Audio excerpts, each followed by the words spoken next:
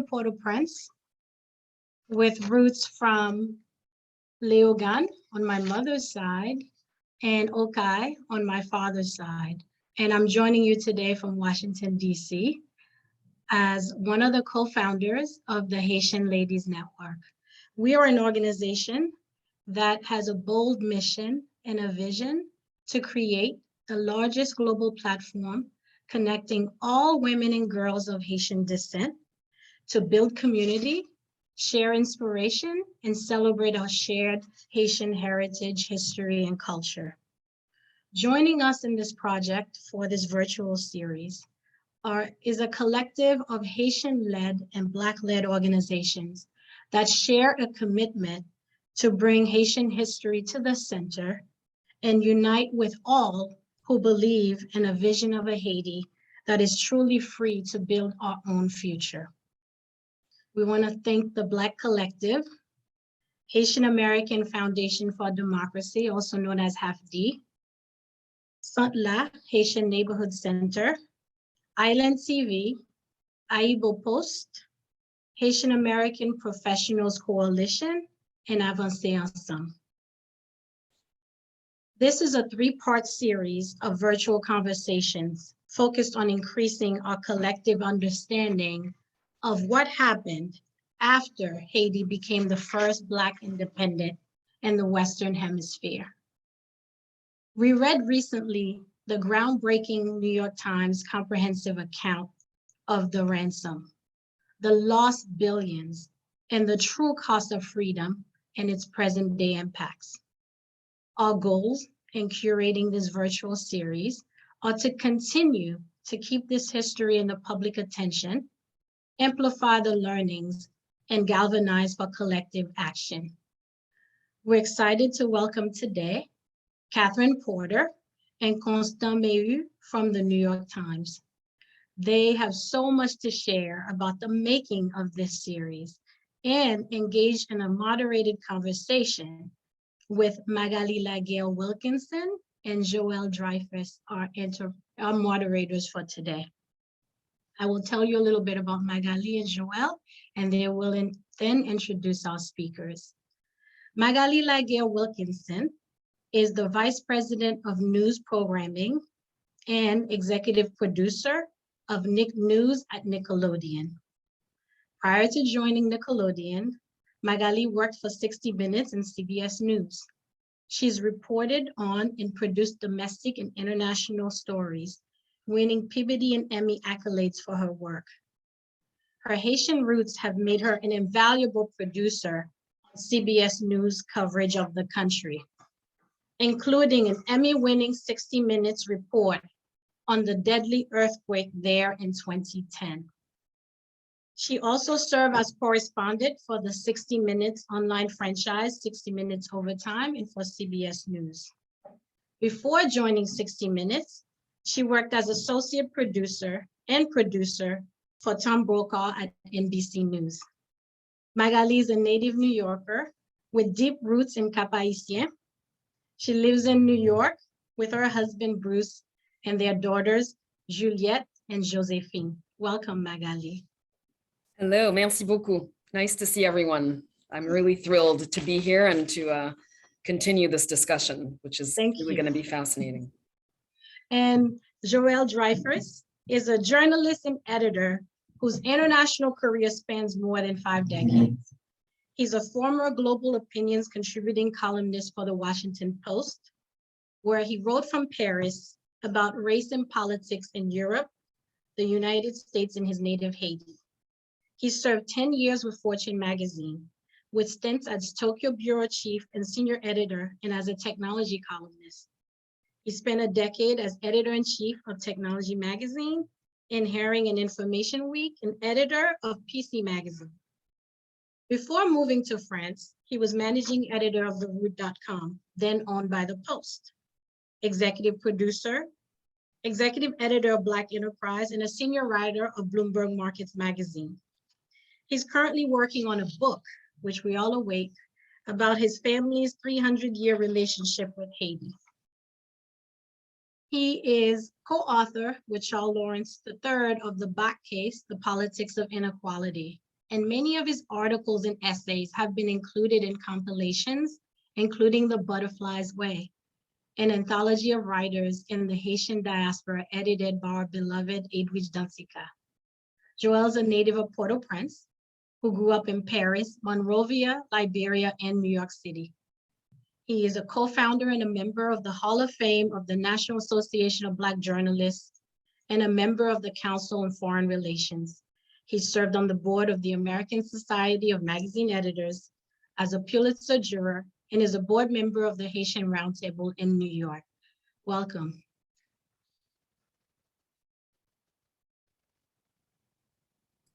You're muted, Joel. Yes, I'm just saying, I'm just a Haitian migrant worker. That's how I summarize my career. It was in journalism. This is very exciting. This is a wonderful series of articles that the Times did. And we're looking forward to hearing some more about how it all came together. Magali. Yes, we are. So let's get going. Without further ado, let's introduce our two intrepid journalists who oversaw this incredible piece of investigative reporting and worked with quite a team. So I know that it's probably you're probably both very humble, but I'm going to brag for you a little bit right now. Catherine Porter, who headed this, joined the Times after 16 years at the Toronto Star, Canada's largest newspaper. Ms. Porter was Catherine. We can call you Catherine. We can all do first names, right? Catherine was part of the New York Times that won the Polk Award from Haiti and was a finalist for the Pulitzer. She has also won 2 national newspaper awards in Canada. Constant Meilloux reports for the New York Times in France, and he joined the Paris bureau 2 years ago, I'm sure, when things were really getting hot in the world. And I'm certain that in the past 2 years, this has possibly consumed most of your time reporting on this story, which I describe as a huge onion with many, many layers that you started to peel, and it just started to reveal one thing after the next. So I know that we can spend possibly the next almost 2 hours introducing both of you and your backgrounds, but let's really get into this discussion. And I'll throw it to Joel with the first question. I've worked in enough news organizations to know that to do a project like this requires not only the enthusiasm of the reporters, but the backing of the infrastructure and the management. Can you tell us a little bit how this originated, this project on Haiti, and how you got the support for it? Sure.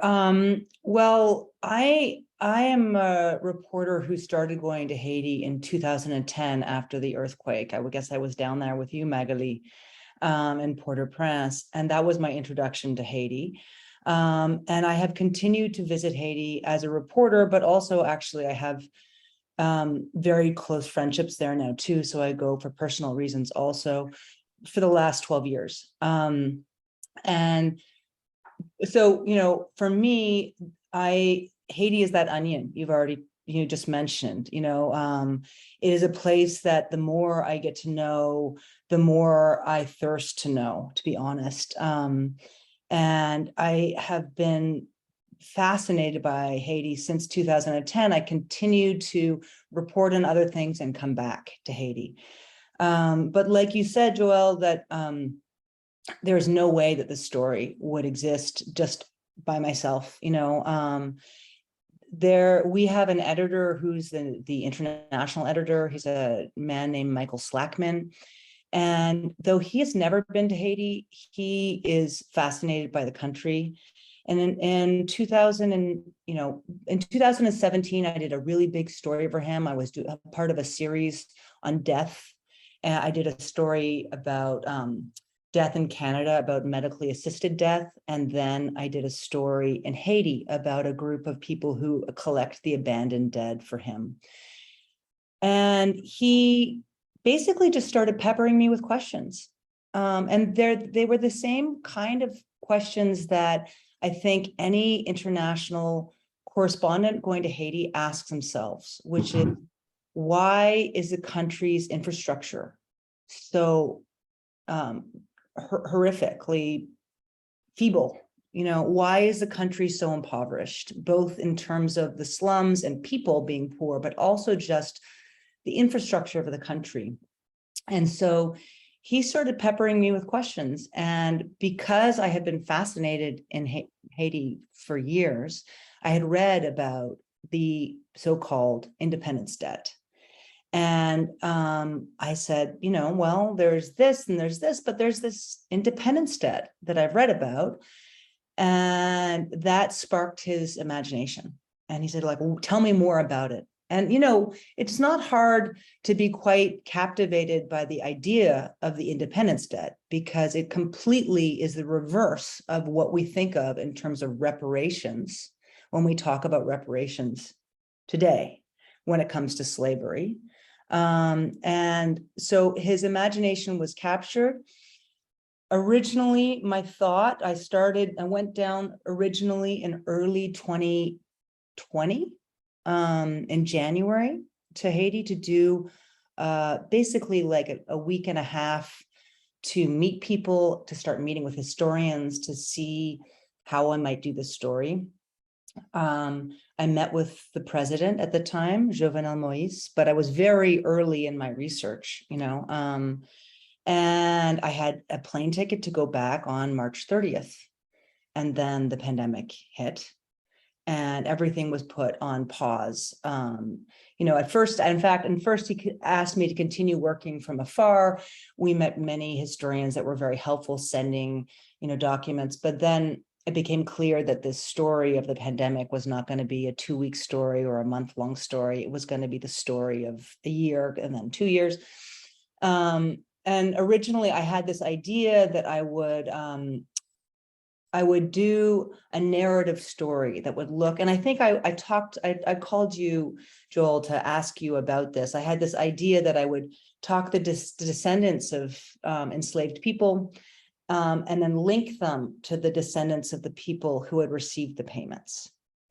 And it was going to be a narrative story. But the more I read and the more research I did, it became kind of clear that there was some of this history that was unknown. And so around April of last year, my editor, who again, Michael Slackman's super interested in this, said, I want you to jump back in, clear, no more pandemic writing from Canada. I'm based in Toronto. And he tapped Constant and 2 other investigative journalists, one based in London and one based in Brussels, to join us and to start digging into a story that would become much more investigative than the story I had initially envisioned. Was the backing of Mr. Slackman enough to get you the resources, or did he have to convince other editors, other people at the Times to support this project? Or did you know how big it would get? I don't know the answer to that question, like what lobbying he had to do behind the scenes. I don't know. I do know that he was very much the driving force. So, you know, I was busy working on, I had this on the side of my desk, and I had put together kind of a memo of unanswered questions based on all the reading I had done. And he said, Constant, I want you to be on this. And 2 investigative reporters are going to jump in and join you. And so it was really his muscle that put 4 people. Originally, Constant, correct me if I'm wrong, but you were only like very part-time. And then very quickly, as Constant was visiting all of these archives, it became clear that there was a great like historical story we might be able to dig into. And then Michael Slackman cleared and said, Constant, you're no longer working on news in Paris. This is what you're going to work on. Yeah, I mean, initially we didn't know that we would do a 4-part series. That's clear. I think initially the idea was even to do maybe just one big story, you know. And the fact that each of us has different competencies, I would say, different spheres of interest as well. really brought to the project new layers, new aspects that we could highlight in this 200 years old story. So, for instance, the port on CIC, the French bank that was behind the National Bank of Haiti for about 3 decades. It was not originally in the project. We didn't know about it, but I remember that quite early on, Matt and Salam were really interested in the banks. First, because of the National City Bank and its involvement in Haiti, but also about, where, if and that was possible if some French banks had been involved too there, So really, each of us had different interests, different ideas, and I think that really helped broaden the project to this big 4-part series that it became. I have a question. Never in my life did I think I would see the area Dondon printed in the New York Times. Okay. And so what was the decision to start there? Because it's always the thread to the story of where is this going? I mean, I saw Dondon and I said, where is this going? Because I know this place, And so as reporters, and Constant, you mentioned that all of you have different competencies. How did you all, find that common denominator to get along? Were there fights? We want to know, was anything ugly? Was there, I'm sure there's mutual respect, but, getting in the weeds of doing something this massive, to be in accord together. How did you reach that point? Yeah, I mean, unless I'm mistaken, Catherine, I cannot recall any fight, and I'm completely honest here, really. It is fun that each of us were living in different countries, different continents as well. So we were basically exchanging daily messages on WhatsApp. I only met Catherine maybe 3 weeks ago, despite having worked with her for more than a year. And we would have a weekly meeting also with our editors. For the first few months, our job was basically to read as much as possible, speak to as many historians as possible, try to get a sense of what was the story about, where it was going, whether we would have to trace the money, for instance, the payments, which we didn't think initially we would have to do, and that eventually became some sort of a cornerstone of that series. I think Catherine initially, but she will talk better than me about this, was working really on kind of the history of that debt, the foundations, the link with slavery, the families. I was working a little bit on families too, but I was also working a lot on the banks and the money, and trying to get a sense of where the money went, identifying the proper archives I would need to go to find some documents. Salam was really invested in tracing, in basically reporting what happened with the US. Matt was really into CIC, the French bank. So quite naturally, each of us found his own domain or sphere. Because I was based in France, I also reported a lot on what happened with the former president Aristide and the diplomat, etc. But yeah, everything went quite smoothly, I would say. I find it quite stunning that so many people were open to speaking about this, including the former ambassador. Some of the officials that you spoke with were very open. Was that a surprise? Yes, totally. No, totally. It's hard for me to say a few months later why they were so frank, so honest to us. There was one of the ambassadors, Yves Godel, I think he had some regrets also about France's role in Haiti as a whole. Not during his tenure as an ambassador, but just France's colonial past there, which may explain why he was so open to me. I think I hope that we also had worked a lot on the story, so we would come with very precise questions that would help us drive the interview and get some very detailed information that we would then cross-check with other sources. So yeah, I would say that I was surprised too, but each of the stories, for each of the stories, there were possibly from 50 to sometimes even 70 people who were interviewed. So you cross-checked everything with a lot of people, which actually makes it easier than to get a sense of what really happened on the ground. And that is not only for what happened in the early 2000s, but also what happened in the late 19th century, The story, as many of the Haitian Americans on this event will remind us, the broad story is well known in Haiti, that we had this huge debt to guarantee our independence. But what made this so powerful was the documentation. And wanted you to talk a little bit about the available material, the archives.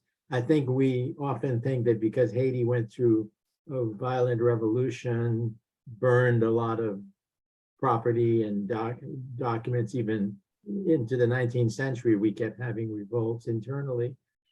How rich was the source of information? Can you talk a little bit about that? You want to take a stab at that, Catherine? Oh, I can start. So, it became clear to us by April when I jumped back in, that there was not a consensus on how much Haiti paid. Most books would go to 90 million francs. But we were reading that there were late fees, there were interest fees. What were they? There was no consensus. And at first, I think we all really thought we would just find the book. We were looking and interviewing historians, just finding like whoever had done this. And finally, at one point, we just said to Constant, like, I don't think anyone's done this. Maybe we should do it. And it turns out that Constant has an MBA. So he was kind of like made for that. He's not only French and based in Paris, but he has an MBA. So he's a spreadsheet master and put together a spreadsheet, and I'll pass it to him. But the one thing I would say is that we also hired 3 researchers in Haiti. One is a journalist with Le Nouveliste who helped us basically dug out every article in the Haitian press around Aristide's campaign. Another is a historian named Charles Archin, who went and found the Haitian proposed budgets that were published in Le Moniteur. And in the end, I ended up going to get a CD-ROM of all of Le Moniteur's too, but he did a lot of legwork for us. And that helped us give us a sense of how much of the annual budget, at least a proposed budget, because we know the government often borrowed money after it put its budget together, but we got a sense of how much of the proposed budget year after year these payments made, and that was pretty valuable. So all of that information came from 2 libraries in Haiti, plus we went to and got the originals from Le Moniteur. And then I'll pass it to you, Constant. Yeah, and I think there was also a third person who found those books from Frédéric Marcelin, right?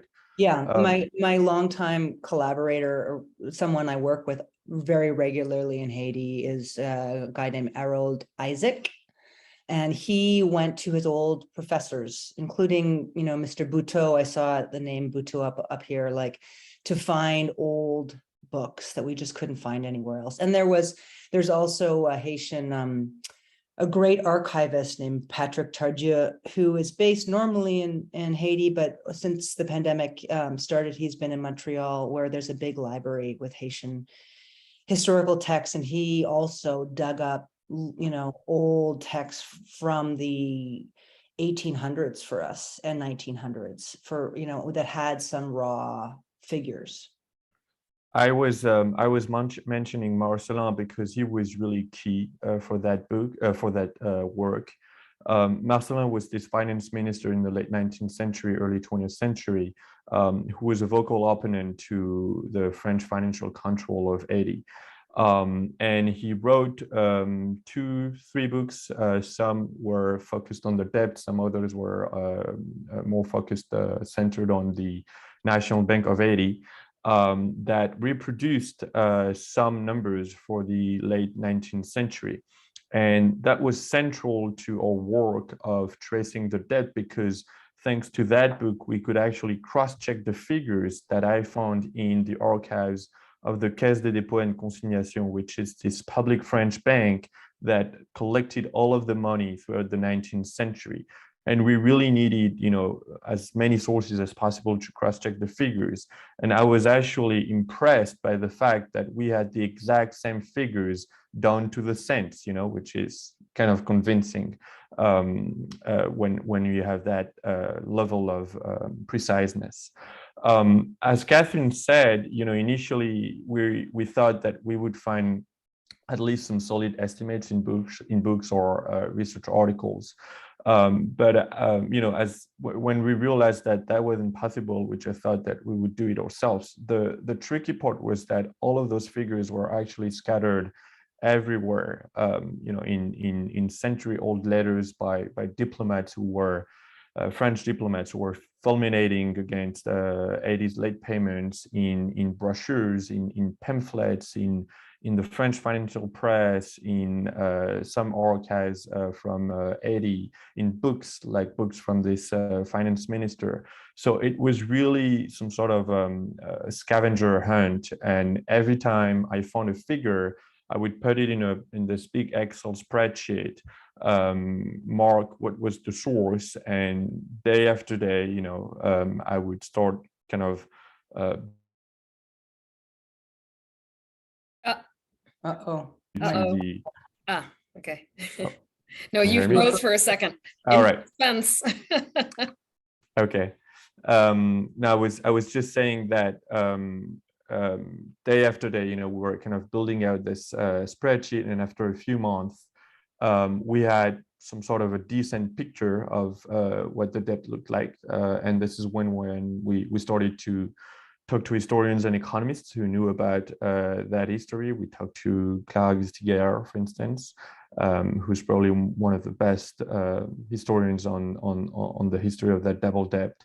We went to London as well to talk to Victor Bulmer Thomas, who's a British financial historian who specialized in the economic history of the Caribbean.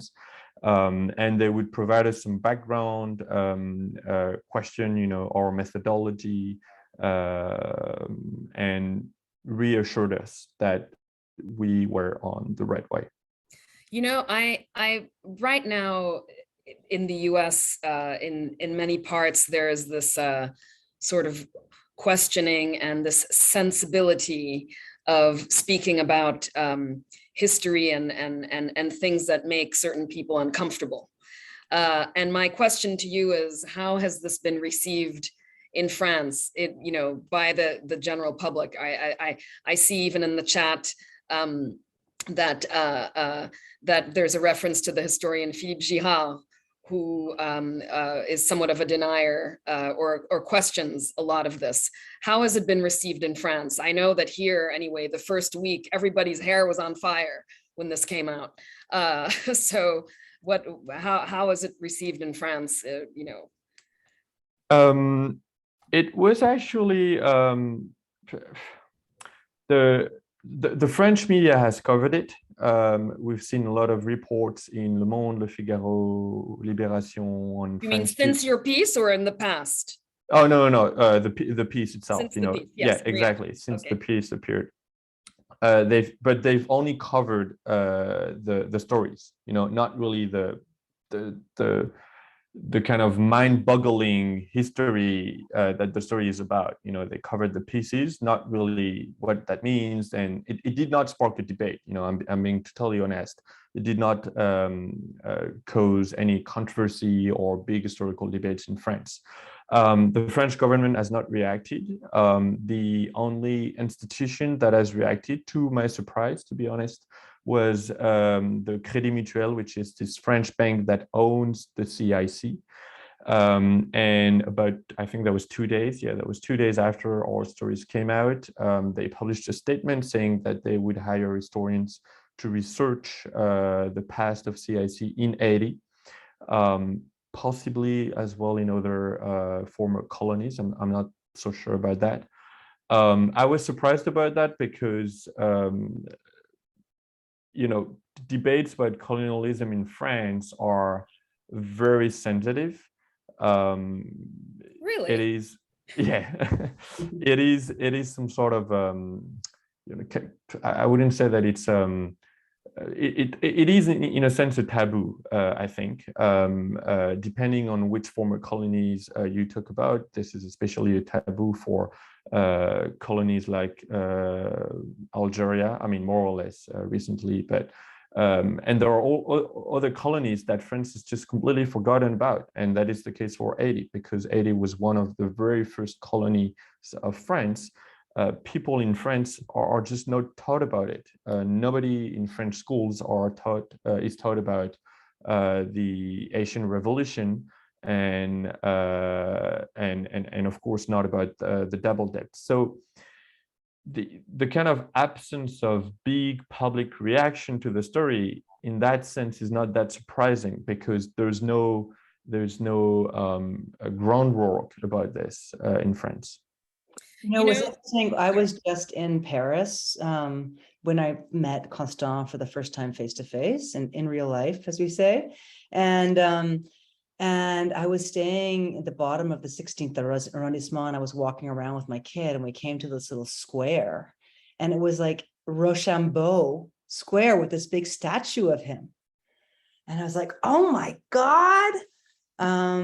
You know, so I think once you spent any time studying the Haitian Revolution and the, you know, and Napoleon's troops, in Canada, Rochambeau Square would no longer be called Rochambeau Square, because the Canadian dialogue around colonialism has been fierce and very emotional, and it's been going on since I would say 2015. And so, you know, universities have been renamed, streets have been renamed. Anyway, it just so happens I stumbled onto the square and took a picture and sent it to Constance. Like, it seemed very suiting, I guess. You know, I wanted to bring up also the fact that I think what, you know, we also live in a very visual medium. I think when I say we, just people these days, you know, in these times, and to see things that are so recognizable globally, I think is what made this all the more poignant. Was it a surprise about the financing of the Eiffel Tower? I think there was actually some sort of a misinterpretation. We never said that Asian money financed the Eiffel Tower. This is not what we say in the stories. What we say is that at the same time, when the CIC was using the National Bank of Haiti to make a lot of benefits, they were also financing the Eiffel Tower. But we have no idea about whether that money helped finance the Eiffel Tower. To be honest, I don't think so. I would be surprised, because the way the Eiffel Tower was financed was basically through loans that were emitted on the French market, not with the proper funds of the CIC. So some could say, yes, but money is fungible after all. True. But this is clearly not what we say in the stories. This is where we did have fights, just so you know. We had lots of discussion about money is fungible. I mean, like, it's the most boring line of all time, but it was almost like this, like, drumbeat. Money is fungible. Like, did it fund this? Did it fund that? Like, so Catherine, for our Haitian interpreting here, fungible would be defined as what, in a way to explain it a little clearer? Like, I might make money from a whole bunch of different things and put it in my pocket. And then I spend the money on other things. You don't necessarily know if the money I made from selling newspaper on the street is the exact quarter or centime or gourd that I'm spending in the supermarket. But the idea is that it's all in one pot and then it goes out, and that you can't necessarily trace it exactly because it all goes into a pot. And then it goes out. One other topic I wanted to bring up was the people who benefited from the money. And you had a short section where you talked about prominent families in France or elsewhere in Europe who were paid reparations. And some of these families are still around. In fact, I live in a building in Paris, which was built by the La Rochefoucauld family. And I remember going through these books that you looked at the National Archives in France and seeing their names as plantation owners. So can you talk a little bit about tracing the families in France and the reaction that you got for that? I thought that was going to rile up the French, if nothing else would, but the reaction has been pretty subdued, as you said. Yeah, I mean, like I said, my first inkling for this story was that narrative arc. So I was, from the very beginning, I was looking at what families made the most. You know, what were the top 20? I got a list of the top 20 families. At first, I did it with a researcher myself, that we went through those giant books. If you go to Aix-en-Provence, they had these big books which list over 6 years the decisions of a commission that was set up to award money, reparations. So we basically went through all the books and we did these huge spreadsheets. Later, this organization in France did put it all online, the repairs website. But by then we'd already done our homework. We found a historian in Berlin who is a historian on Saint-Domingue. He also helped us point out who the biggest families were, and we started doing the genealogy of them. Now, of course, like the fact that Napoleon's wife family were inheritors of these payments, that is where a big bloodline is for a lot of the royalty in Europe, right? Because Napoleon had 4 stepchildren through her that all received these payments. One married the Emperor of Brazil, one married the Tsar of Russia's daughter, one became a duke in Germany.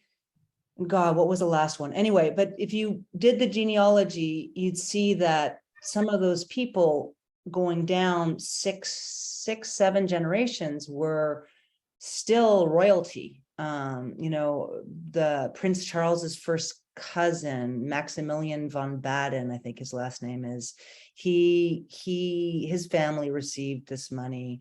The former king, like entitled at least of Greece, a prince in Belgium. So we went through, and that was really interesting to us because obviously those are still incredibly powerful people. Also, we found it was quite interesting to look through the Laborde's family because he was the biggest moneymaker. His head was chopped off during the French Revolution, but his children collected the most amount in terms of payment, and grandchildren too, because he had 3 massive plantations in the south, in an area that we discovered there's still a village called Laborde down near Les Cailles, near Okai. So we developed these massive spreadsheets on 16 families. Some of them were huge, like some of the Peyrac family had 500 plus living descendants at this point. And we basically cold called. We hired two researchers that spent a long time just trying to track people and highlight who was interesting to us. And in the end, we talked to more than 30, and the vast majority had no idea. And, the last payments of the independence debt, so not talking about the banks, but just those reparation payments, ended in 1888, which was, around, that was the late fees for the 1878, only for 1878. the independence debt, the Right. indemnity. Yeah. So, I don't know what my family was doing back in 1878. Like, you can't really, you can't hold anyone to, obviously, to what our ancestors did, going back, or their ignorance around it. But they had no idea. Most of them had no idea that their family had any history whatsoever in Haiti, let alone any history of payments.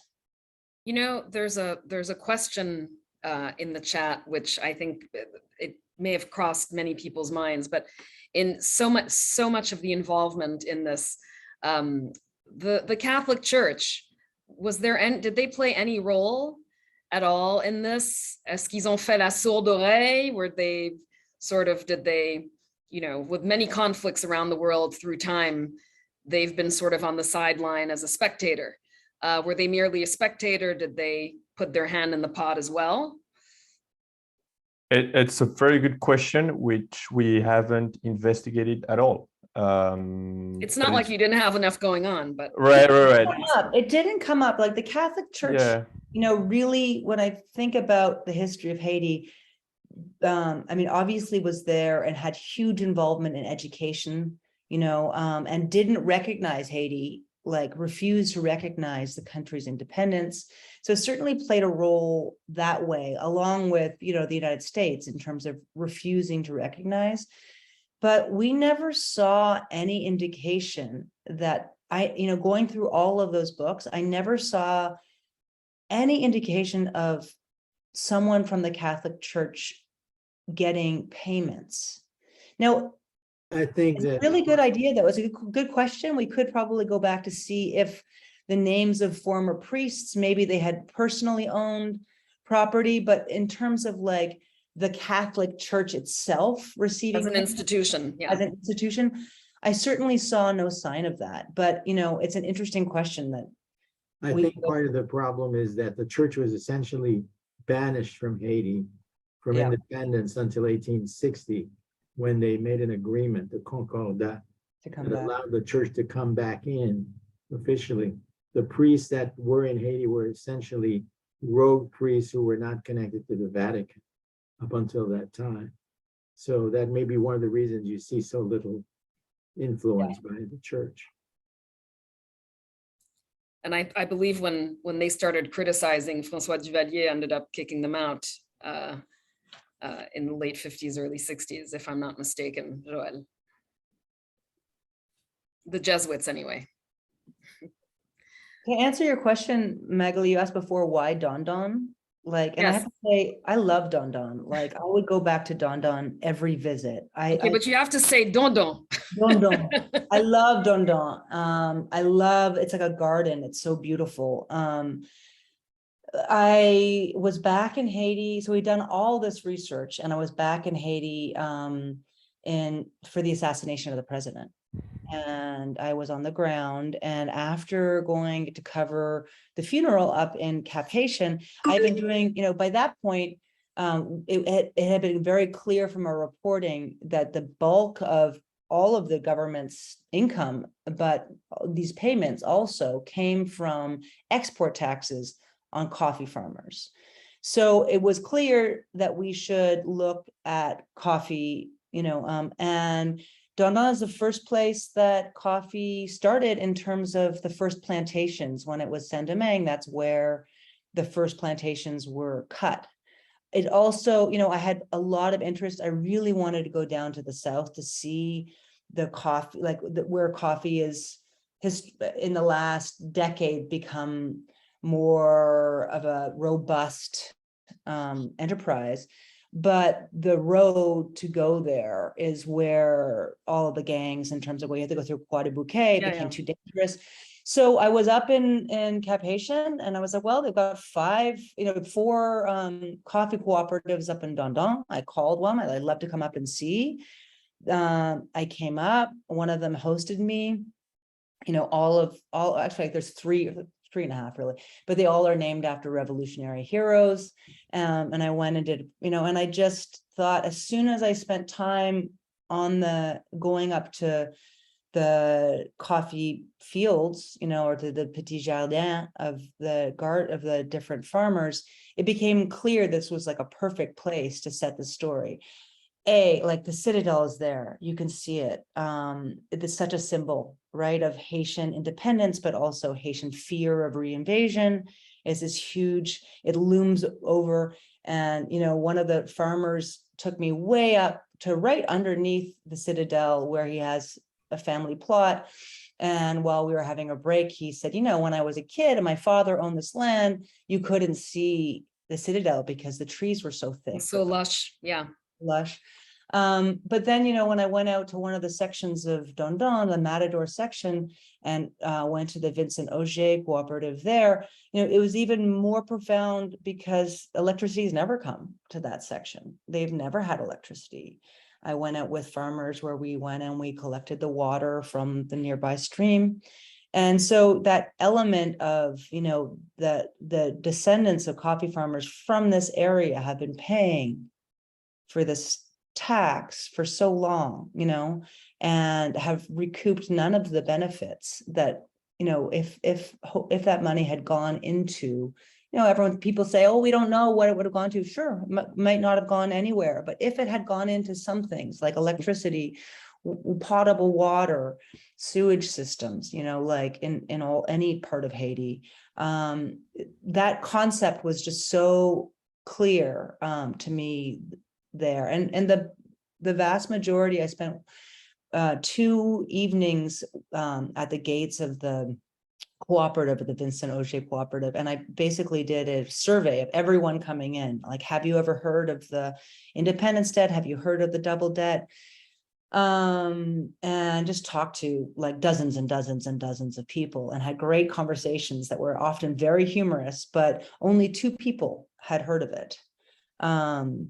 And that is not taught in that kind of way. Many of them had never gone to school, and the 2 that had one was still in school and one had gone to school, and so that was also, I thought, kind of telling and important. Constant, do you have anything to add to that? I think Catherine summed it up quite well. We knew from what we read that coffee was a major part of the Asian economy. We had some stats, very interesting stats about how in the early 20th century, Haiti was, I think, devoting about 2/3 of its coffee taxes to paying back its debt. That tells you a lot about what was left to invest in education and all. But just getting the colors from the ground that Catherine found was really crucial, to kind of bring back the story to today. There have been 2 common criticisms of your series that I've seen people raise a number of times.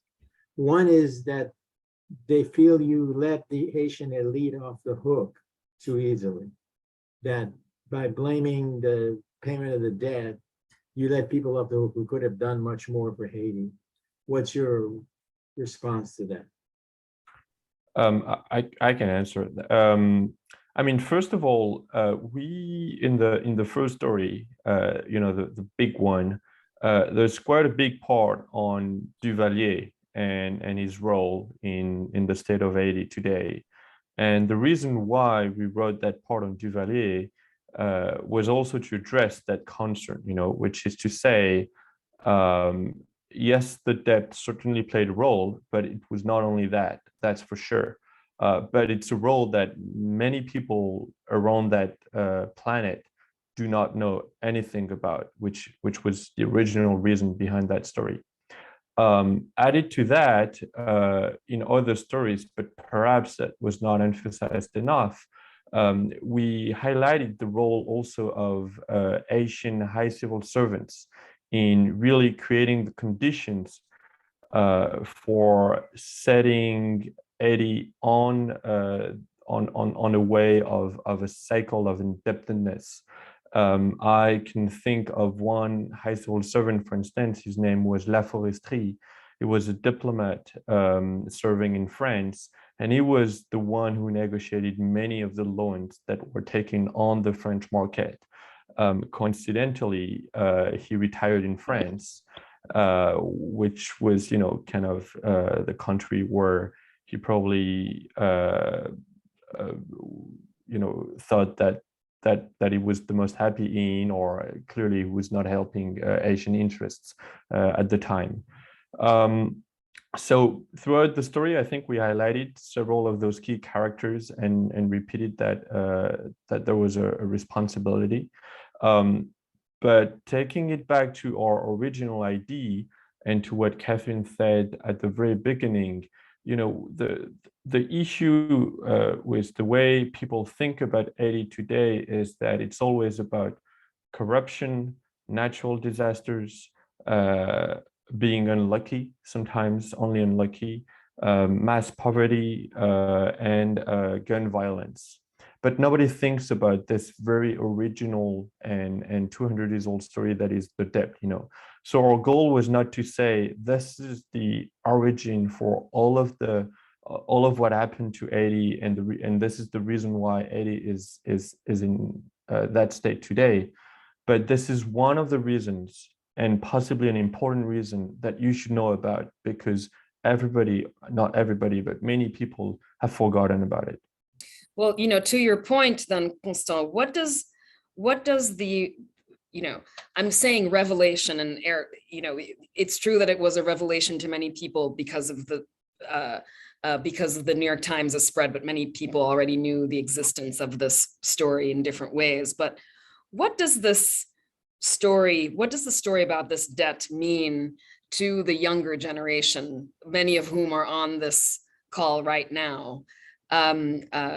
What does that mean to the next generation, you think? Is it education? Is it curiosity? Should people be angry? Does it serve a purpose? That's a good question. I mean, the way I see it, the young Asian generation knows about that history. I think what our story, our series brings to them is the amount of information and detail, and especially the fact that we, for what historians say is a first, calculated very precisely how much Haiti had paid to France, which until recently was kind of unknown. We only had kind of broad estimates. So I think that's the major point of the story. And then there are a couple of other revelations about the role that France played in the early 2000s to kind of stave off Aristide's attempt to bring back the story to the front stage. So I think this is what is useful maybe for the young Asian generation, just the level of details and what they can do with that. For other people throughout the world, and I'll talk specifically about the French there because I'm French and because I could see the reactions around me from my friends, etc. I think it's just like something that they didn't know about at all.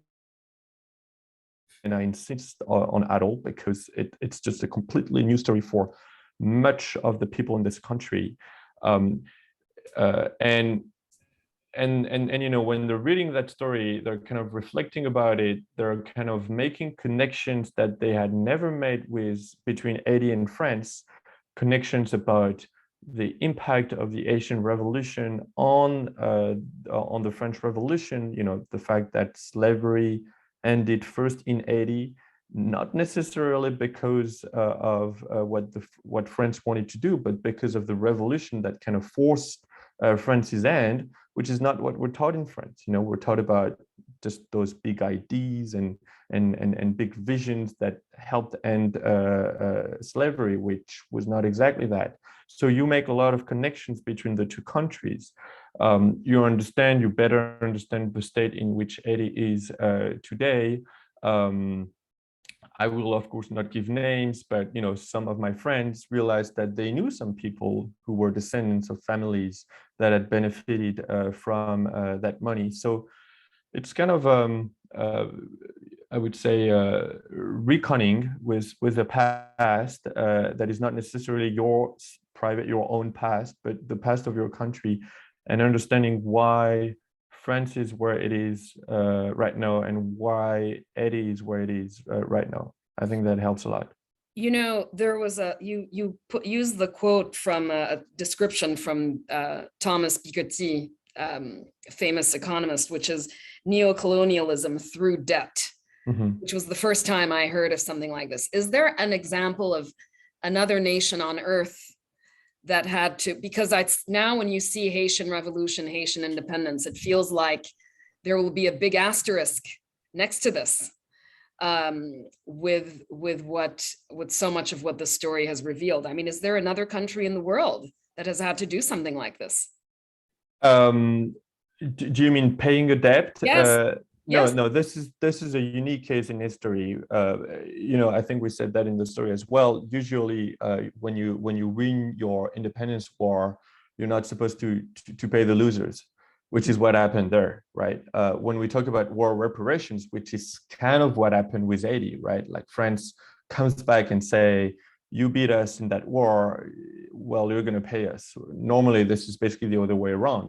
I can give you an example in 1815, after Napoleon lost his wars in Europe. France was forced to pay a huge amount of reparations to European countries because it had lost the war, because it had destroyed a lot of regions throughout Europe. 10 years later, France forced Haiti to pay for a war that France had lost. So this is a completely unique case in history. But I think the other thing is that there is a Swiss historian who has worked a lot on these type of basically abolition and what happened. And so the idea of paying former slave masters for their loss was very common, and it was politically the only way in the 1800s that, let's say, slave owners in all the British colonies would come on board. And similarly, when you look at Martinique, the people were paid. The difference is it was the enslaver government that paid. And there were some cases like, among in Britain, in those colonies, they say, okay, you'll be free. You need to work for a certain amount of time for free for your former master. So you could say that was a payment, but it did not last generations. This lasted generations. And it was a government formed of former enslaved people and their descendants paying, as opposed to the French government. And in other cases, it was always the enslaver government that was doing that. Now, there is one very small exception, and this happened in the United States, where they did pay in the state in Washington, D.C. They paid something like the owners of 200 slave owners were paid. But again, it was the government that did that. Sorry, I interrupted you, Constant. No, I was only going to say that what Piketty was referring to was not only the indemnity that was paid, but also this cycle of indebtedness that Haiti was thrown into for decades even after they finished paying the indemnity. And that indebtedness was also created through that National Bank of Haiti, which was Asian in name only. It was created in France. It was controlled by French capitalists. And in that case, Haiti was certainly not a unique case in history. That type of bank that was controlling the finances of a colony or a former colony existed in many other countries, in Morocco, in Tunisia, in what was known then as Indochina, in Southeast Asia, Vietnam, Cambodia, in Egypt, in Turkey as well. All of this was also part of this sort of, I think Piketty described it right, neocolonialism through debt, which is that you force a country to give you all the power to control the finances of a country. You eventually push that country towards indebtedness with your own banks and own capitalists, and that way you really you really control the destiny of that country for quite a few decades. I think we're going to move to questions.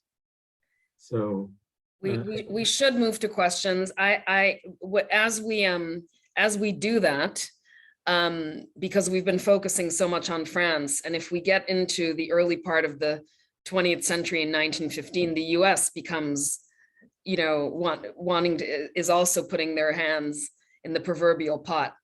Can you talk about that a little bit, and then we can possibly get through some of the questions that are in the chat. And please post your questions, folks. I mean, unfortunately, our colleague Salam Gebrekeden's not here because she is the one who dug deep, deep, deep into the US occupation. You know, one of the lingering questions, like, so when you read books about the independence debt or the double debt, you'll see that there's this huge debate as to when it ended. So some historians say 1886, 1888. And then there are those that say 1945, 1957. So we spent a long time trying to figure out, you know, what the continuation was and whether, you know, so Haiti took out this original loan, you know, from these French consortium of banks in order to pay the first small section, a segment of this debt to the former colonists. And that basically set it on a slow crash course, you know, and it wasn't for decades till decades later, when they were almost done paying this debt, that they took out 2 more loans in the 1870s.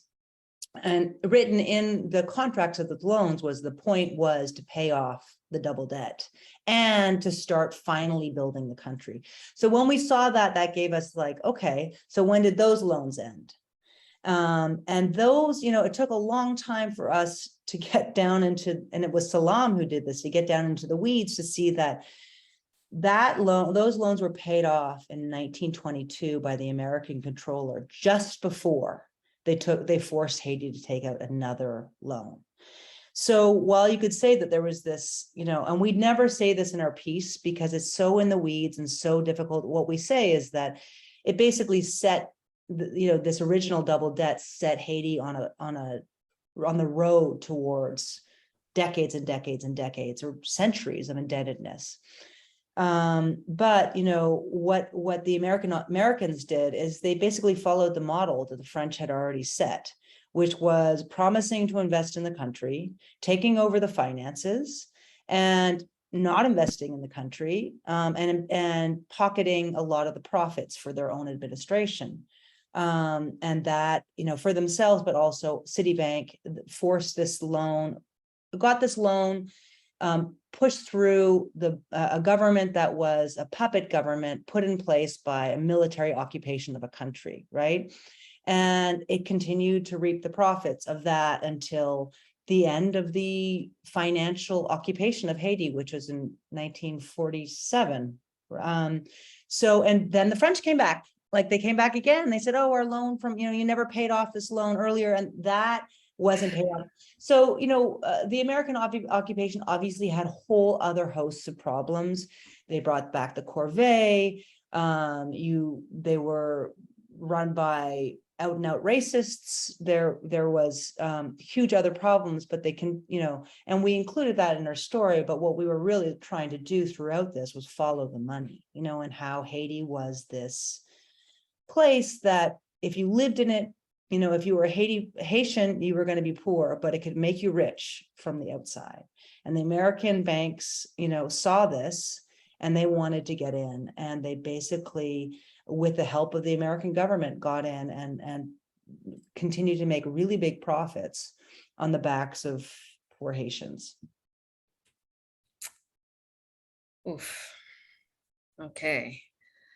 Let me ask a question that's in the chat here, which is, do you eventually seek to change the headline of your piece to how France extorted Haiti? I'll let you go. No. What can I say? The piece, I mean, the standards of journalism. Once it's published, we don't change a thing, unless it's a correction. So no, Yeah, we don't. Exactly.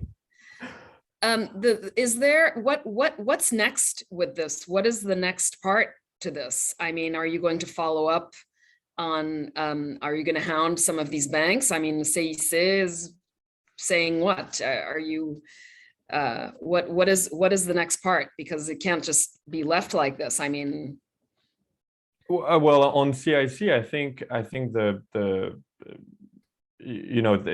said that they would hire researchers to look into their past. So I trust those researchers. I think I hope they'll do a good job. We'll see. We'll cover the news when we got some conclusions of that work. But so far we've not intended to kind of follow up on CIC and what they've done in Haiti. I think what could be interesting would be to work on, as I said, those sort of other banks that were created in other former colonies on a model that was quite similar to that of the National Bank of Haiti. In terms of others follow-up, we're obviously thinking of other stories, but I'm not sure we can really talk about them here. Understood. I know there were so many figures in your piece, but one of the questions, if you have this off the top of your head, is how much did the US end up making during the occupation? Is there a figure, or at least a figure in today's numbers? I don't think we have that figure. I mean, by the US, that would obviously be the National City Bank. The US itself did not, certainly did not help Haiti on its path towards economic development. But they did not really reap benefits, or we cannot put a number of that on this. As for the dividends and profits that the National City Bank made, I cannot remember a concrete figure from that story in the US. I would have to look into this. My memory is, and I think you're right, but my memory is that we did see that, up to 1/4 of the Haitian government budget went to pay the office of the American administration office, some of whom the administrators were basically residing in Louisiana. And so they certainly paid themselves very well, and they were paying themselves some years more than the entire budget for education in Haiti. Which isn't very different from the budget under previous recent Haitian administrations, Right. where more money was spent on perks for the senators and Right. and other government officials than it was spent on healthcare, education in Haiti. So Sure. it's a tradition that goes back to the American occupation. One other question that came up was, did you talk to Citibank, and did they have any response to the theories? They declined to comment. Really? Yes. They also did not afford us access to their archives. So they were a part of, we were sending them information from the very beginning and asking for access to archives. They refused access to their archives, and they refused comment. Can you file a FOIA request for this, a Freedom of Information Act request? I don't, Or is that just, I don't believe you can with a bank like that. it's It's private? It's, Yeah. yeah, it's not federal, I see.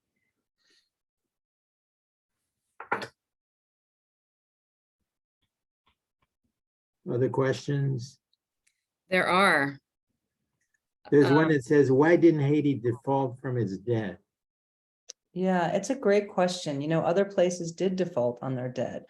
And it's something that the historian Gusti Gaillard, Clara Gaillard, and I saw someone mentioning her in the chat. She raises in one of her books too. There seemed to be, you know, my answer to that is that we don't know. We can't interview those former finance ministers and the like. But I would say there'd be a number of reasons. One was there was an incredible pressure continued, and Constant in the archives found, you know, repeated threats that sometimes were sent with gunboats to Haiti from the French government about, you know, it was a matter of French government pride that this be paid. And they continued to threaten Haiti, you know, anytime, like after Boye was ousted, there was a few years that they didn't pay. There were lots of threatening letters. Like anytime that the Haitian government didn't pay, there was lots of threats. So there's that. But also people like, you know, Alex Dupuy will argue that there was a lot of pride in that upper class of government, you know, and the presidents, often the presidents of the country would be people who would send their children to France for education or go to France. And they took a lot of pride in their country, but also in themselves and paying this off. I think there was some element of pride too, that we will show the world that we are a worthy Black nation that like commits and pays up to our commitments, no matter how, you know, and so I would agree that there was some element of that also, but it is a really interesting question, you know, in today's era, when you know that many countries default on their debts, you know, and yet Haiti continued to pay. And I don't know if you have anything more you would add, Constant. Yeah, I would add that Haiti was also deep into this web of kind of economic dependence with France. Two reasons for that. The first one is that, as we said before, Haiti was paying thanks to its revenues that it made on coffee exports. And at some point in the 19th century, instead of paying the debt through kind of classic traditional payments, it would actually paid with what at the time was called traite, which is that when they would send coffee to France, some of those revenues made on coffees would be kept in France as a way, as a payment for that debt, you know. So they were actually dependent on France buying their coffee to pay the debt. So that's one reason. The second one is, as we discussed before, this National Bank of Haiti was created in 1880, which was toward the very end of the payment of that double debt, but still there were another 8 years to pay. And the goal of the National Bank of Haiti was also to make sure that Haiti would pay its external debt. So you had another layer also of constraint and economic dependency that indirectly forced Haiti to pay and prevented it from defaulting. Was Jean-Bertrand Aristide the only Haitian president or official speaking so publicly and loudly about this debt? That You mean in recent times? Yes. I think so, yeah. Yeah, I believe so. I mean, there certainly were Haitian government ministers who were angry about France. You know, like we've already mentioned, Frederic Marcelin, although he doesn't, he's sort of lashing out mostly at the Haitian National Bank. But Jean-Bertrand Aristide and his government's campaign, in 2003 up until 2004 was the first real campaign around this issue, and the last real. Someone brought up a point in saying that, Jewish families who survived the Holocaust or are descendants went to German banks to demand restitution. Is it different when it's a government versus families by name? You see what I mean? To be able to, could the Haitian government, could they still go to the French government? I mean, this is something that's definitely now out in the public. I mean, it's hanging there. It's not going away. I think if you use the example of what Aristide tried to do, in our report, we saw documents about how they were preparing to launch a lawsuit in an international law court to get paid, which was also part of their campaign to pressure France. The tricky thing is that the difference with victims of the Holocaust is that they could base their restitution request on international laws, especially the fact that there's a crime against humanity that had just been enacted and that they could use. For the case of Haiti, if you want to bring that case to a court, you will find yourself with the difficulty that laws are not retroactive. And what do you do with a payment that happened in the 19th century and at the time when slavery was not illegal, when a treaty had been signed between France and Haiti under duress, that's for sure, but had been signed nonetheless. So my understanding of the efforts of the Aristide administration on that issue, that is bringing the case to a court, was that it would have been possibly difficult, not impossible, but possibly difficult. But I also think that that was also part of the strategy to kind of put the pressure on France and engage in negotiations, which France did not want to and didn't. As for whether a government can do that, I'm not a lawyer, so I'm not sure I can answer that question. I'm really not sure about that. We linked to a paper by a group of professors Right. who have been looking at that jurisdictionally in the States as to what would be the jurisdiction of it, and yeah, I'd be very interested to see, but it certainly was, we found in the papers around Aristide's campaign, it was the court of public opinion that they knew that they could perhaps win in. Catherine, when you were in the Dondon, you start with the story of Adrienne Présent there. And you said early in the conversation that not many people knew about this debt when you went there, we spoke about it.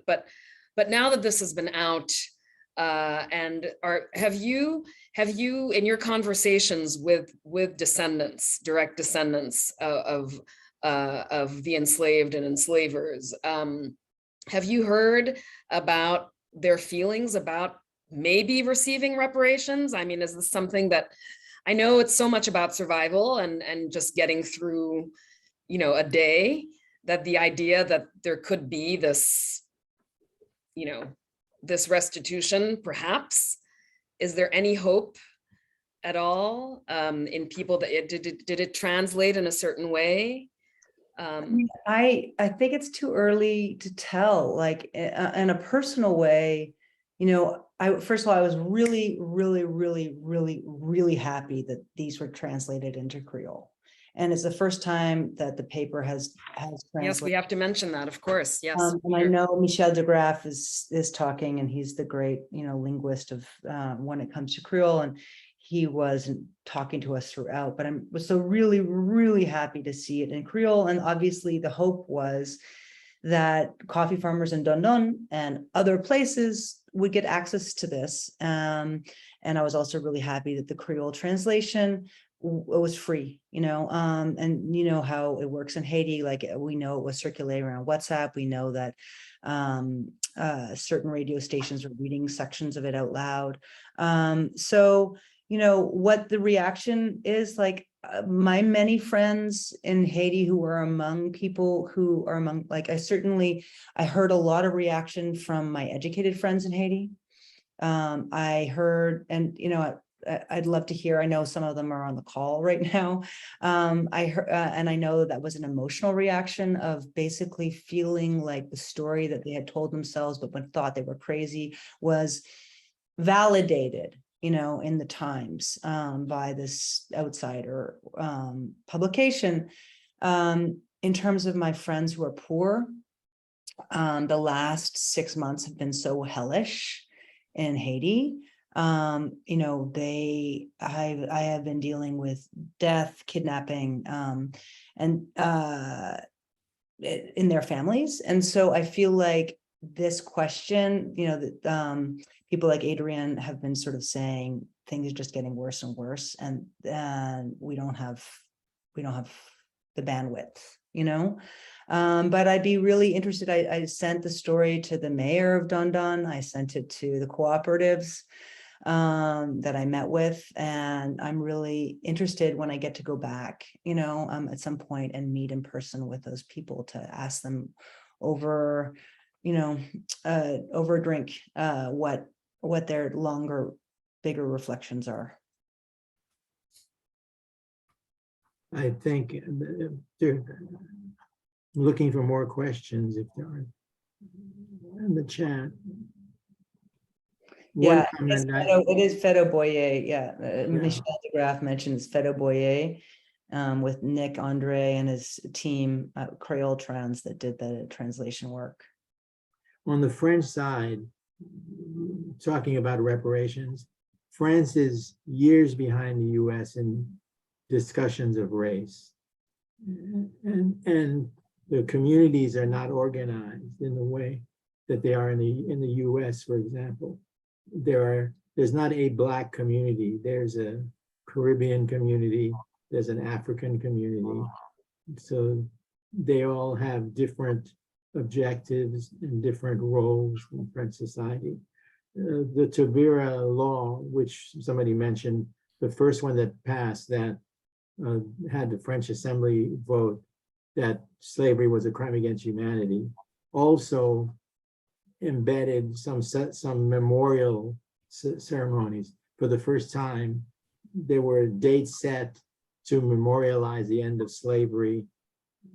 And now every May 10th, there's a huge ceremony in the Luxembourg Gardens in Paris and in cities around France, particularly port cities where slavery was very instrumental in their growth, like Bordeaux and Nantes. But it's a slow process and it's slowly evolving.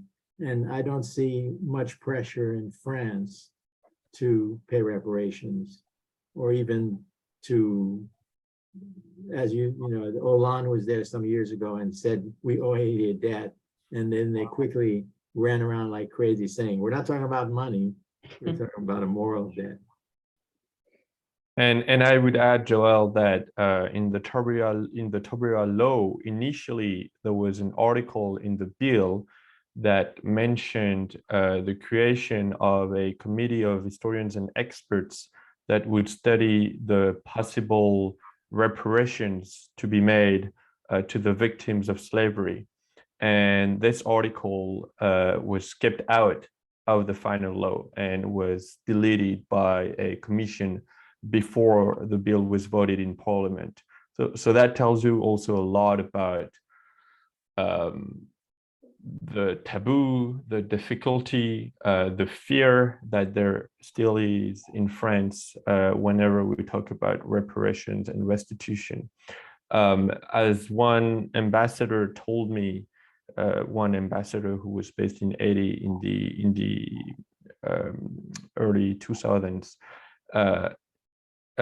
If basically if you make a move towards reparation for Haiti, you automatically open kind of this Pandora box with all of those other former colonies that could very much as well ask for reparations and restitutions.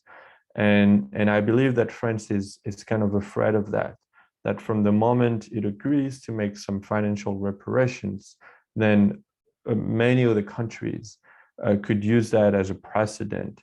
And in terms of money, that means a lot.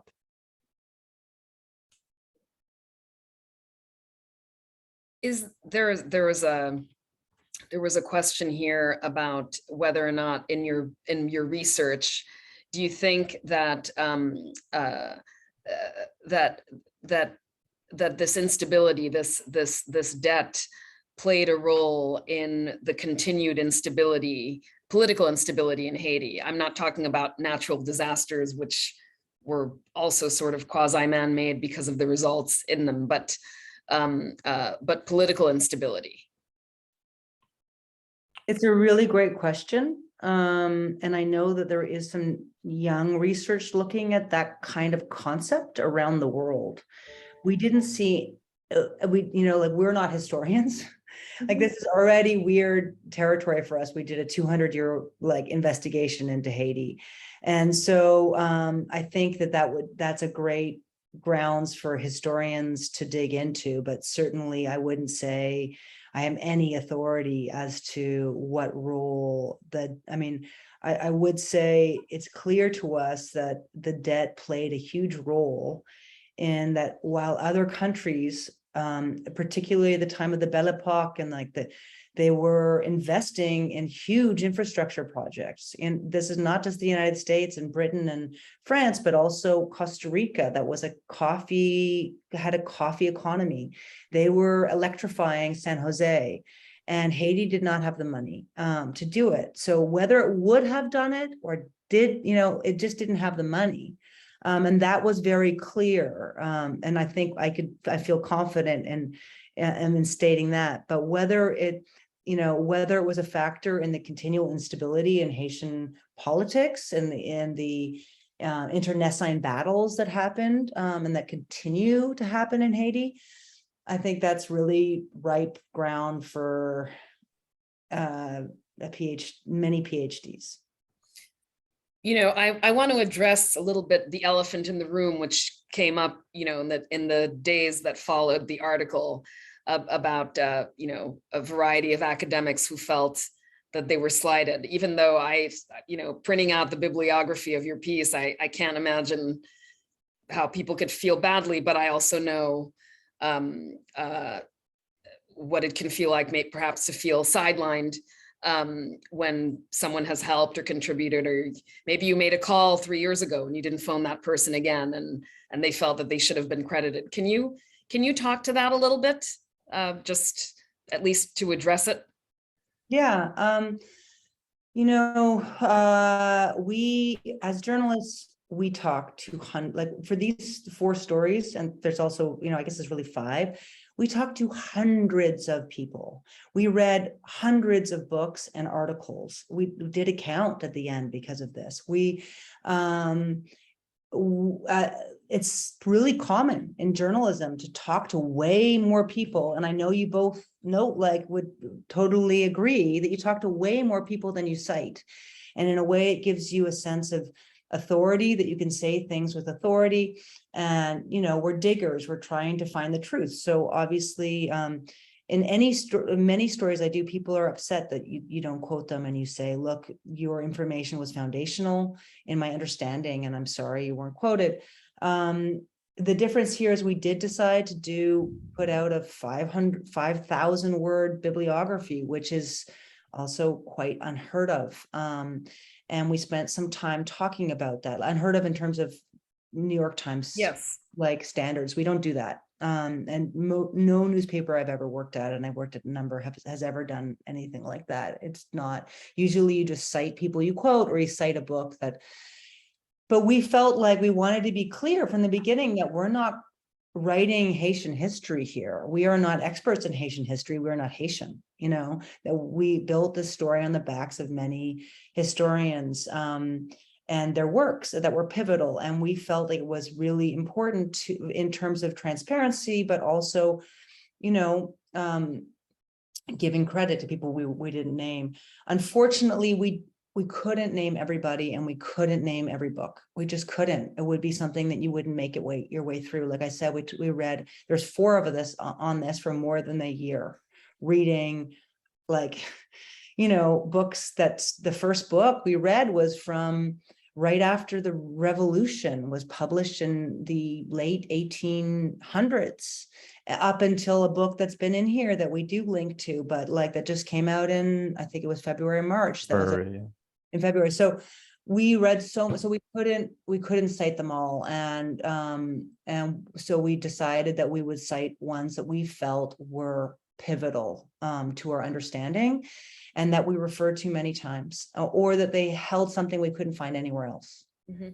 And I would also add that our goal was certainly not to replace historians. You know, as Catherine said, we're not historians. We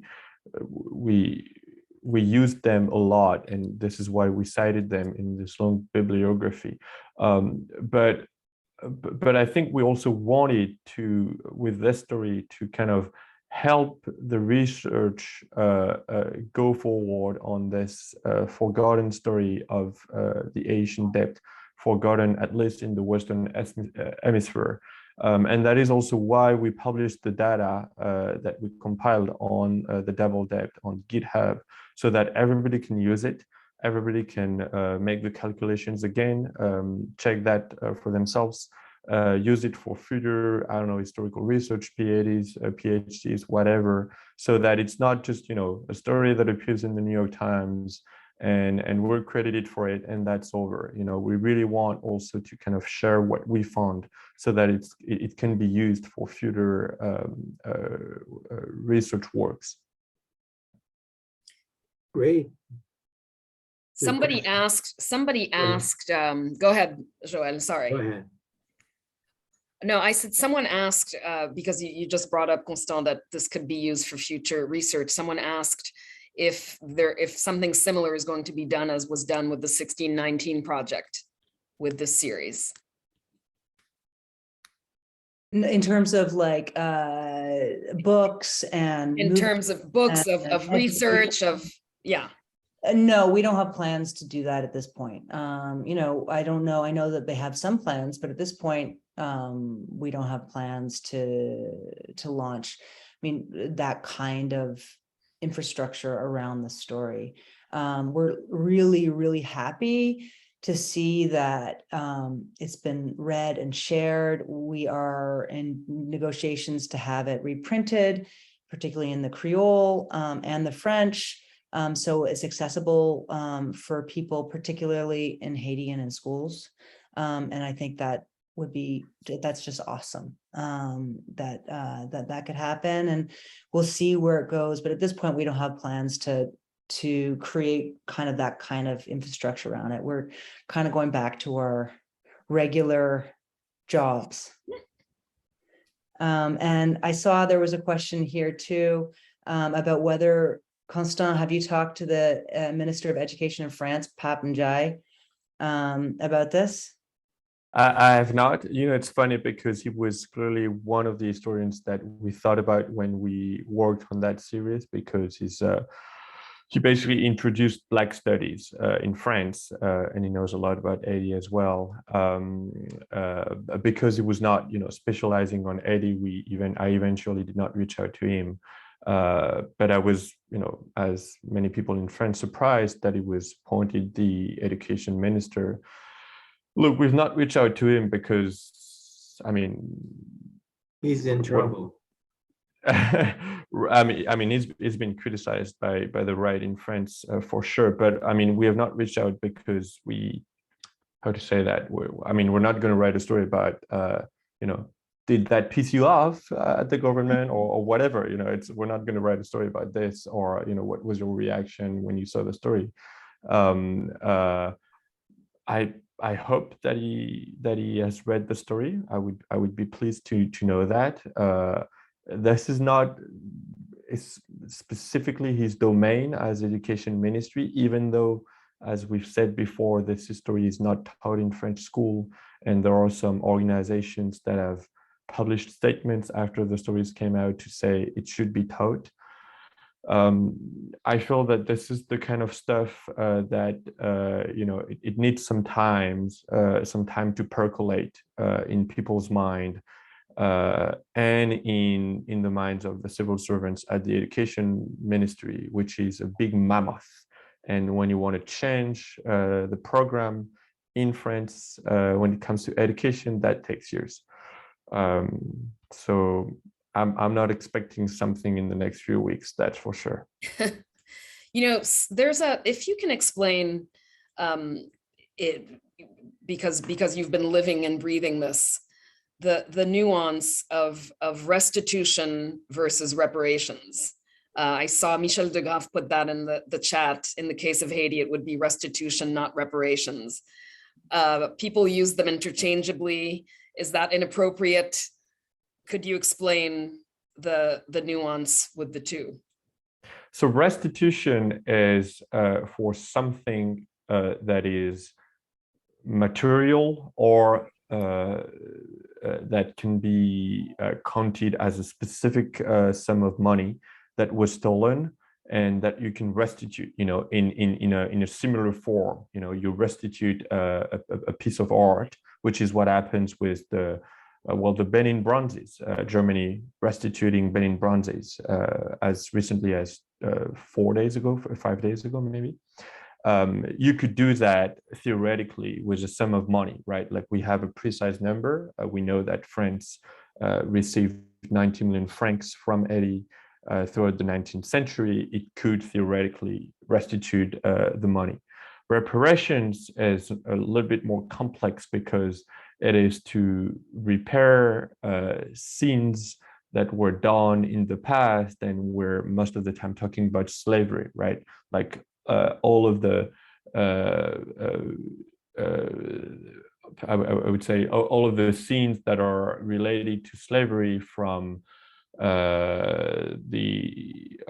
the fact that development in a country was impossible, from just the terrible things that happened to thousands and hundreds of thousands of people for years and decades.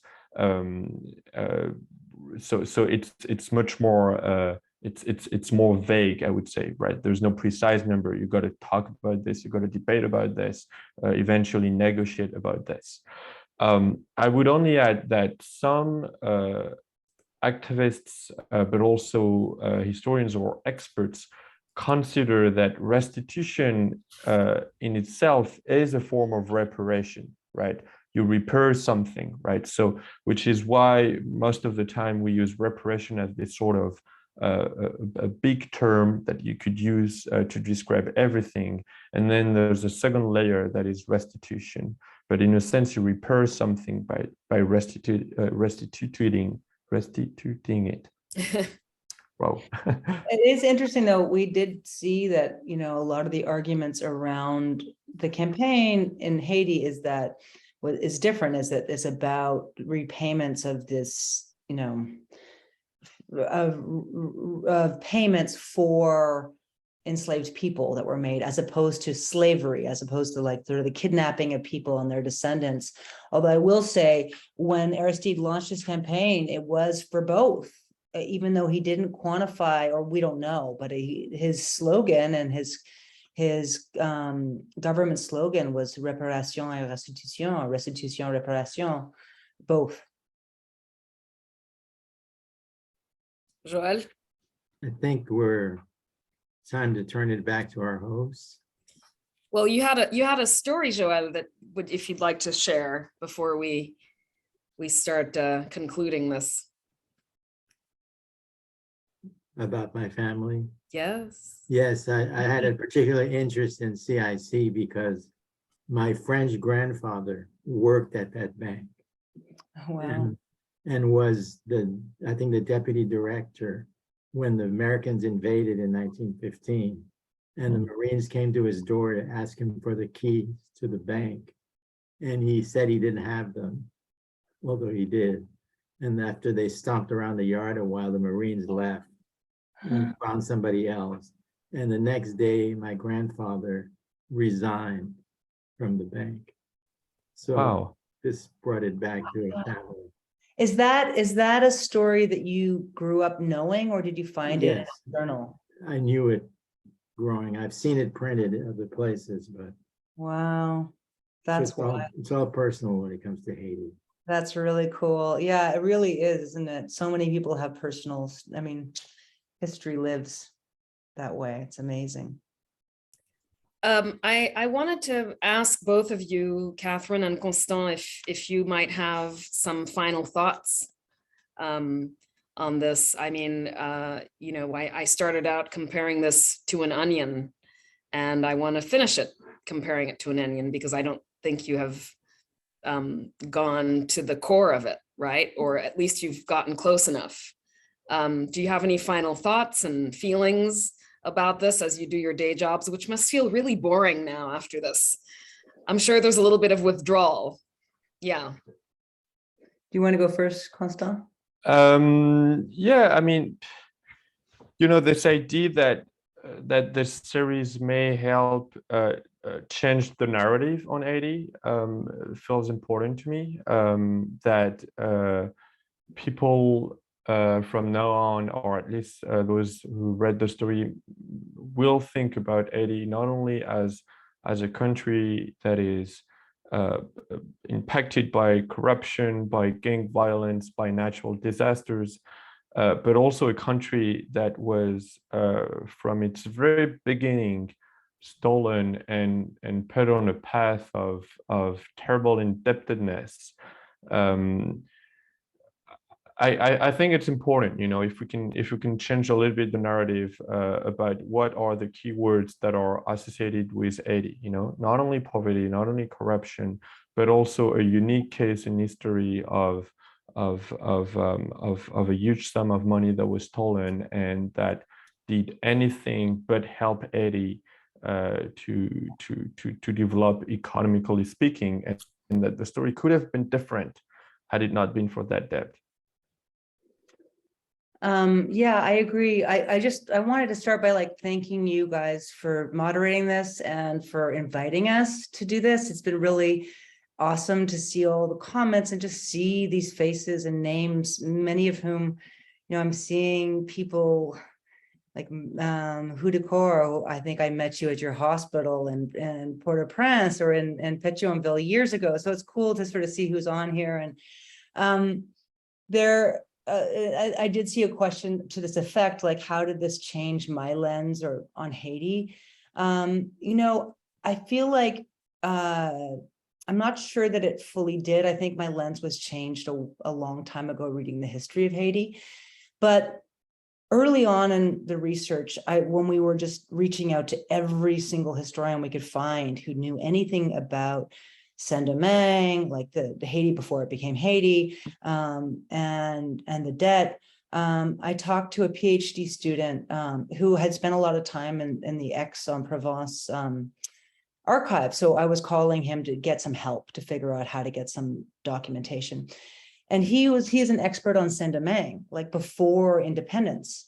He's doing his PhD on that. And he said something to me that has just really stuck with me. He said, you know, I think about the independence debt like every week. And I was like, why? Like, you don't cover that part of history. That was in 1825, like long after Saint-Domingue had disappeared. And he said, you know, I think about it because it's so unfair that France gets to be this country that's known for liberty, égalité, fraternité, and Haiti is known for corruption, poverty, and disaster.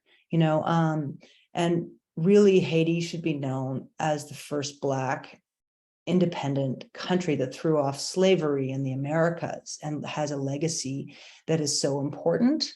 And that should be its, you know, at least part of its calling card around the world. And when it comes to Haiti, France's motto is definitely not liberty, equality, fraternity. So I think like that has resounded in me, and I just keep coming back to that thought of, like you said, Constant, about the narrative around Haiti. I hope, if anything, one of the small changes is that what we call in journalism is a nut graph. So, when you talk about a country, you fly in, you say Haiti is like the nut graph. Often for Haiti, for anything you read or any article on Haiti, news article will say it's the poorest Country in the Western Hemisphere. Western Hemisphere, the least developed, and also the most corrupt, according to Transparency International. I hope that this series, if one thing it does, is that there is a second beat to that. And it says, this is the first country, where en masse a slave uprising overthrew white colonizers decades before anywhere else. And it was made to pay for that audacity for generations. And is still paying. And that I hope becomes part in however form it's rewritten, but it becomes part of a consciousness for people who write about Haiti, particularly foreign people, who write about Haiti and come in.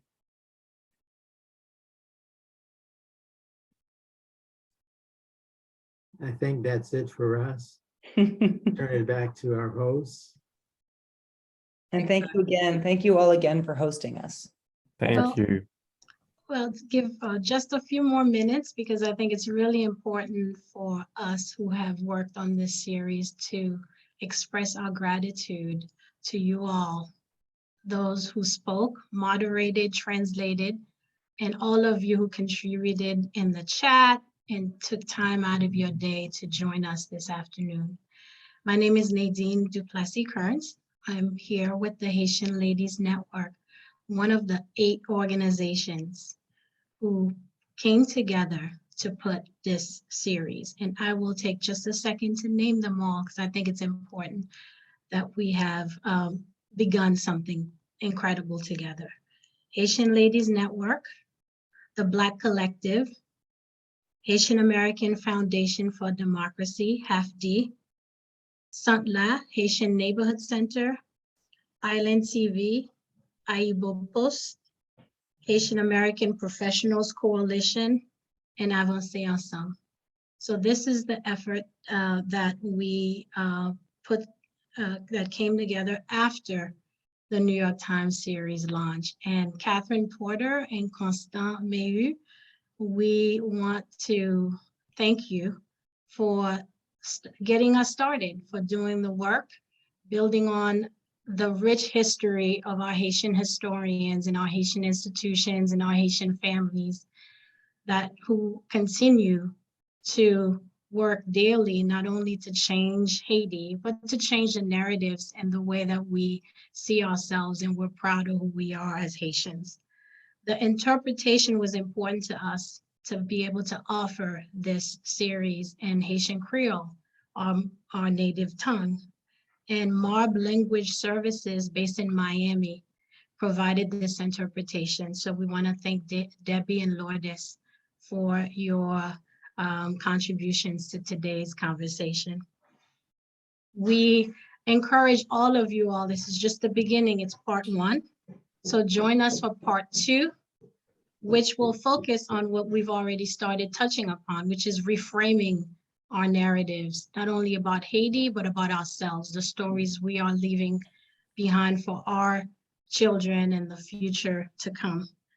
And then we've already started talking about what's next. So where do we go from here as a community of Haitians in Haiti and Haitians wherever we are?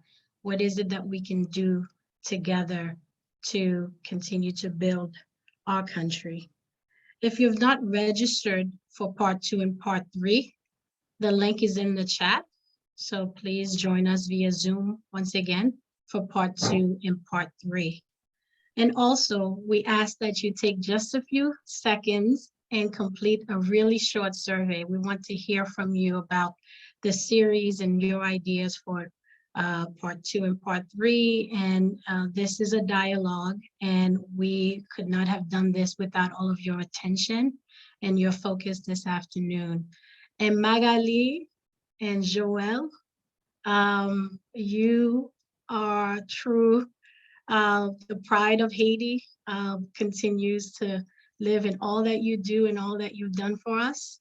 And we are so grateful for your contributions for kicking off this series. Again, thank you to all of our partner organizations. And you can watch this again on our respective Facebook pages and follow us and reach out to us.